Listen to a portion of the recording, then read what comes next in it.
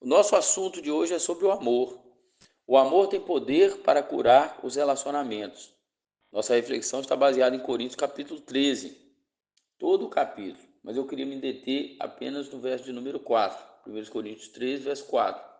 O amor é paciente, é benigno, o amor não arde em ciúmes, não se ufana e não se ensoberbece. Luís de Camões diz sim: há amor, que nasce não sei de onde, vem não sei como e dói não sei porquê. William Shakespeare disse assim: o amor não se vê com os olhos, mas com o coração. O amor, sonho de alguém que não sabe amar, com certeza. O amor é o sonho de alguém que não sabe amar. Antes da festa da Páscoa, sabendo Jesus que havia chegado a sua hora de passar deste mundo para o Pai, tendo amado os seus que estavam no mundo, amou-os até o fim. João 13, verso 1. Normalmente, essa passagem de Coríntios capítulo 13 é associada a casamento. Mas o que Paulo tinha em mente quando escreveu 1 Coríntios 13? Com certeza ele não estava pensando em uma cerimônia de casamento. A sua intenção aqui era corrigir alguns problemas, alguns erros que estavam afastando os irmãos da verdadeira comunhão na igreja de Corinto. A igreja estava dividida, faltava amor entre os irmãos e maturidade espiritual, como diz aí o verso de número 11. Paulo chega a dizer assim, ó, quando eu era menino, eu falava como menino, eu me sentia como menino, mas agora que cheguei a ser adulto, acabei com as coisas de menino. Então a igreja era menina na fé, não tinha maturidade espiritual. Os irmãos brigavam e não se davam bem, os irmãos exaltavam os dons espirituais, desprezavam aquilo que era mais essencial, que é o amor, a virtude que tem maior impacto na vida cristã. Warren Wiersbe chega a dizer que o fruto do Espírito, Gálatas 5, 22 e 23, é mais importante na vida cristã do que os dons milagrosos dele. O amor é a medida de todas as coisas. Fica evidente que os coríntios usavam seus dons e os seus ofícios espirituais com um espírito de competição, não de amor.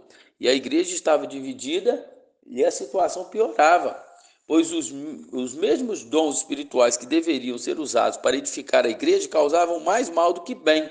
Você imagina um culto que as pessoas entram e saem muito mais perdidas, muito assim, piores, não melhorou nada a vida delas. Então, pregar sem amor é apenas um barulho. Paulo também vai falar aqui do sino, né, que retine. Então, pregadores barulhentos sem amor não edifica a vida das pessoas. Orar sem amor é fala vazia, sem sentido. Doar sem amor é apenas um ato cerimonial. O apóstolo escreveu as duas cartas com o coração ardendo de amor, e ele precisava colocar a igreja de Corinto no trilho certo e mostrar para ela que o caminho para resolver os conflitos era de fato o amor. Por isso, ele então escreve aqui, depois de ter falado dos dons, no capítulo 12, ele, no 13 vai falar do amor, e no 14 ele segue falando também do amor, dizendo procure, segue o amor e procure com zelo os dons espirituais, mas principalmente o de profecia, ou seja, de anunciar o evangelho do Senhor Jesus. Então nós temos três lições que importantes no capítulo 13 de Coríntios. Primeiro, o mais importante é o amor. Verso 1 ao 3 diz assim, ó, e eu passo a mostrar-vos ainda um caminho sobremodo excelente. Ainda que eu fale as línguas dos homens, dos anjos, e não tiver amor, serei como o bronze que soa ou como o símbolo que retine. E ainda que eu tenha o dom de profetizar e conheça todos os mistérios e toda a ciência, ainda que eu tenha tamanha fé a ponto de transportar montes, se não tiver amor, nada serei. E ainda que eu distribua os meus bens entre os pobres, e ainda que entregue o próprio corpo para ser queimado, se não tiver amor, nada disso me aproveitará. Então o apóstolo Paulo está mostrando aqui que o mais importante é o amor. A igreja precisava entender que não adiantava falar em línguas, ter zelo pela doutrina. Aliás, a igreja, doutrinariamente falando, era uma igreja muito saudável, né? Operava curas, milagres, falava em vários idiomas, mas cadê o amor? Faltava o amor. Então, ter habilidade de dons espirituais são importantes, mas não é mais importante do que o amor. Essas coisas são importantes, mas sem amor, elas são obras mortas. Então, não adianta conhecer todos os mistérios que Deus revelou, ter inteligência, ter fé, a ponto de transportar montes, e até morrer por uma causa, trabalhar duro para ajudar os outros, e não ter amor penetrado nas relações. Alguém pode salientar, eu amo, mas não consigo demonstrar amor. A Bíblia diz que Deus é amor, 1 João 4:8. E o Senhor demonstra o seu amor para conosco, sendo nós ainda pecadores, diz lá Romanos capítulo 5. Ele morreu, entregou Jesus para morrer por nós. Portanto, seus filhos devem seguir o seu exemplo. Aliás, 1 João 3,18 diz assim: filhinhos, não amemos de palavra, nem de boca, mas de ações e em verdade. Agradamos a Deus fazendo o bem, imitando a Jesus, seguindo o seu exemplo. 1 Coríntios 11, verso 1. E Jesus diz também: nisto todos saberão que sois meus discípulos, se vos amardes uns aos outros. João 13, verso 35.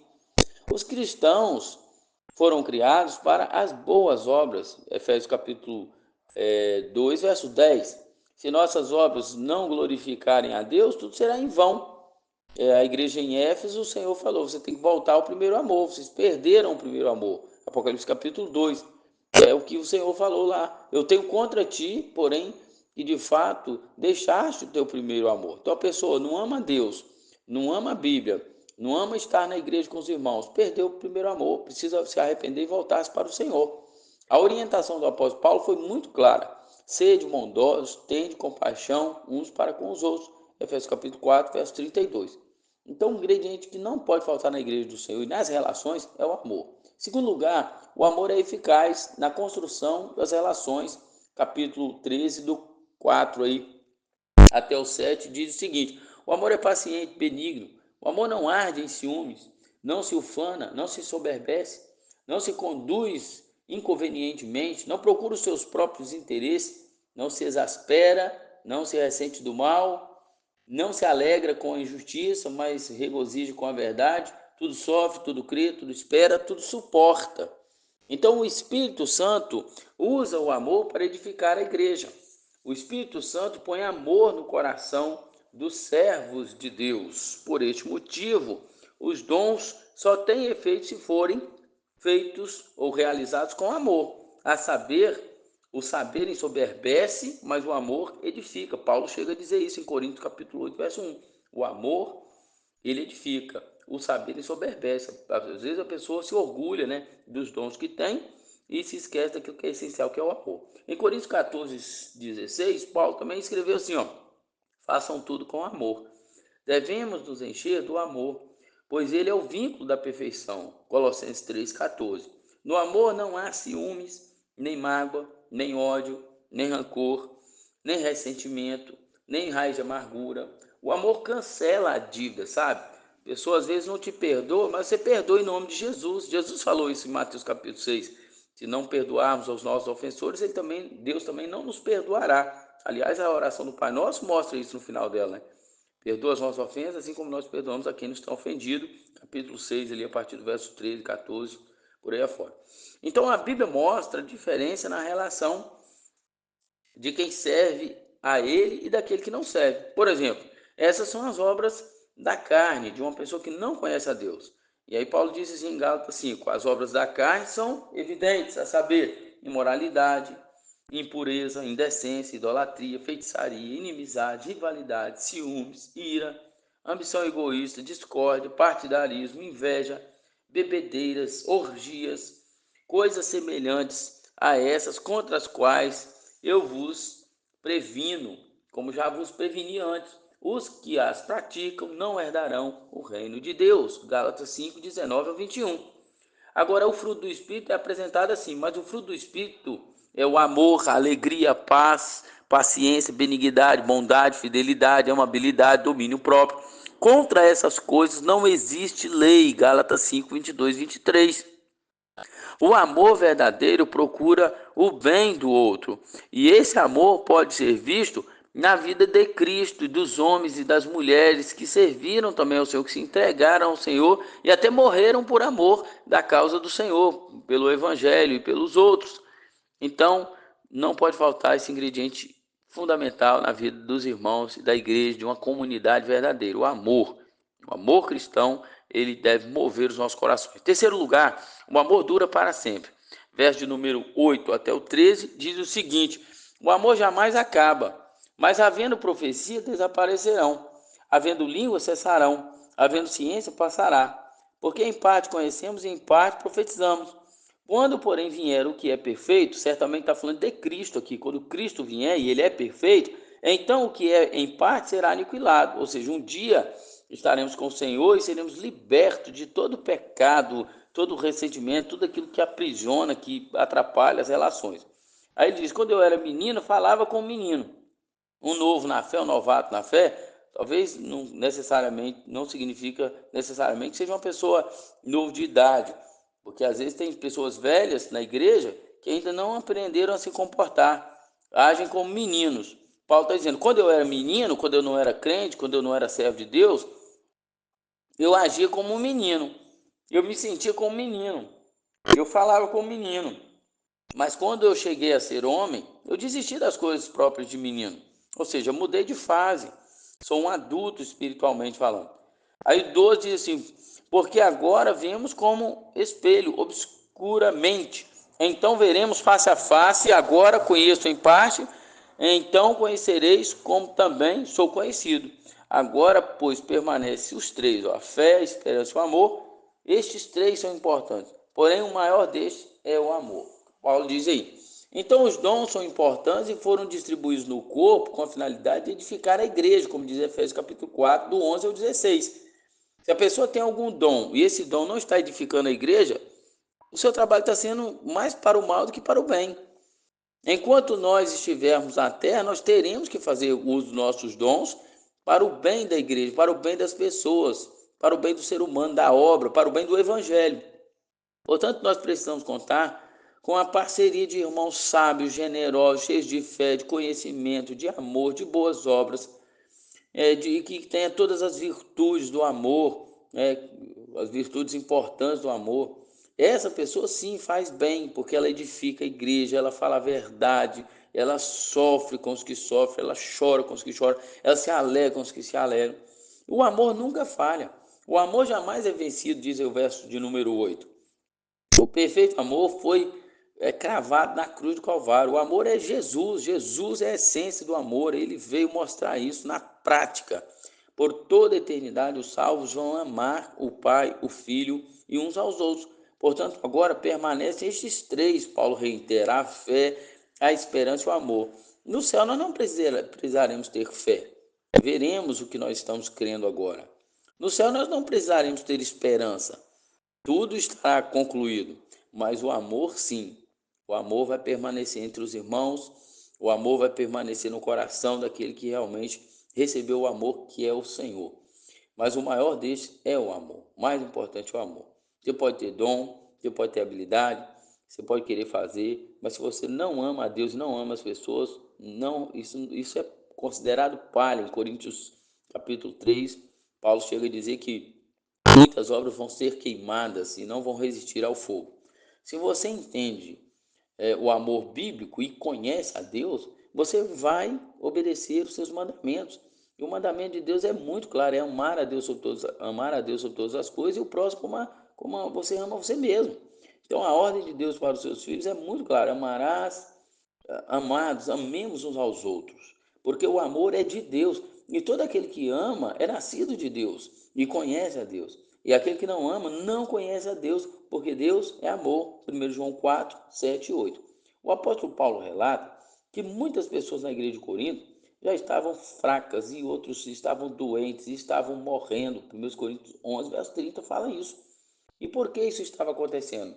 O juízo de Deus estava caindo sobre a vida daqueles que conscientemente conservavam atitudes erradas em seus corações e também no comportamento. Você que é membro de uma igreja, você precisa ter muito cuidado de examinar constantemente a sua vida, como diz Coríntios 11, verso 28. E se consertar com Deus e também com as pessoas, porque a igreja é uma comunidade de amor, de cura, de perdão, de graça e de restauração. Você vem para a igreja, senta no banco, mas fica lá com o coração duro, fica lá inspecionando a vida dos outros, mas não se corrige, não se conserta, não se arrepende, não muda de vida, continua na fofoca, na indiferença, fazendo mal para os outros, causando intriga. Você está debaixo da condenação de Deus. Você precisa se arrepender disso, porque isso não está fazendo bem para a igreja. E talvez o que está faltando na sua vida é o amor, porque o amor ele acaba com esse tipo de coisa, ele elimina esses problemas. E a igreja, ela é uma comunidade de irmãos. E o problema hoje em dia é que a gente tem muitos membros na igreja. Colocamos muitos membros, mas não colocamos discípulos. E esses membros que não são convertidos, que não nasceram de novo, nunca vão produzir fruto do Espírito em suas vidas, que é o amor, a paz, a longanimidade, a bondade, a mansidão, o perdão. Então nós precisamos lutar por uma comunidade verdadeira. Precisamos lutar por uma comunhão verdadeira, harmônica, fraternal, e que o povo de Deus possa lutar para ter uma comunhão sincera. Porque Davi escreveu dizendo assim: ó, quão bom e quão suave é que os irmãos vivam em união, Salmo 133. Então, em João 13, nós encontramos um maior exemplo daquilo que significa amar. E amar significa servir, suportar, ajudar, acolher, recepcionar bem as pessoas, cumprimentar as pessoas, orar pelas pessoas, servir, procurar servir alguém. Se você é uma pessoa inútil na igreja, você vai ser sempre uma pessoa amargurada, porque a função sua é fazer discípulo, é ganhar almas, é orar pela igreja, é apoiar. Se você vive criticando e vive falando mal das coisas de Deus, das pessoas, você vai ser uma pessoa infeliz e Deus não vai te abençoar. Jesus fez uma refeição com seus discípulos na noite anterior da sua morte. Antes dele morrer, ele fez uma refeição com seus discípulos. E era costume naqueles dias de Jesus que os servos mais inferiores lavassem os pés empoeirados das pessoas, daqueles que chegavam, dos visitantes. E antes da refeição ser servida, Jesus ele passou a mão numa toalha, numa bacia e começou a lavar os pés dos seus discípulos. Ele fez isso, lavou os pés de todos eles antes da sua partida. O que você mais gosta de fazer? O que você vai fazer nesta semana para abençoar a vida de alguém? Você vai seguir o exemplo de Jesus ou você vai seguir seu coração? Você não deve seguir seu coração porque seu coração é enganoso e sua mente também oscila. Você deve seguir a palavra de Deus. E a palavra de Deus diz que deve permanecer três coisas na sua vida: a fé, a esperança e o amor. E desses três, o mais importante é o amor.